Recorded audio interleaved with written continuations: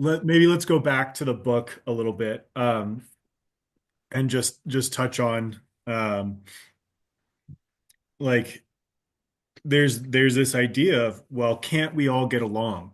And I think you can sort of compartmentalize that, or funnel that down to any of those things. Well, can't we all just be responsible citizens? No, no, we are not all going to be responsible citizens.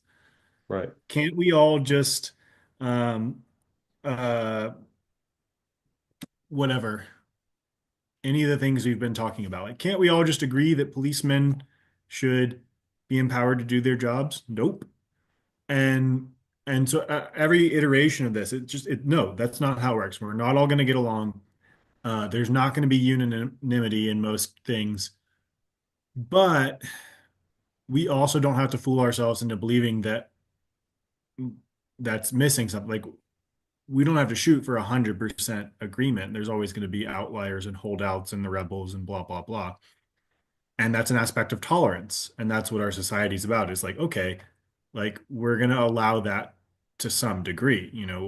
We're supposed to allow the rebels to have their voice, to bring their point up, to not be suppressed, but they don't get to firebomb buildings like that.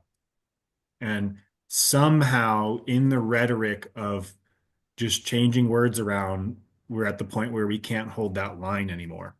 Right. Um, and and I think it helps to understand the complexity of it, and to see that we are going to have, like, take a realistic look of, then that's what the first part of this chapter is about, of we are going to disagree, and that is going to get into physical conflict at some points. Um, and I just bring it down to the level of, you know, like, there are people out there who are rapists and murderers.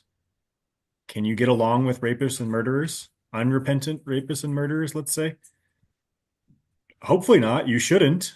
If you do, then that's a problem. That's too much tolerance. Yeah. Um, so there is this balance that we need to find, and it's messy, and we're muddling through.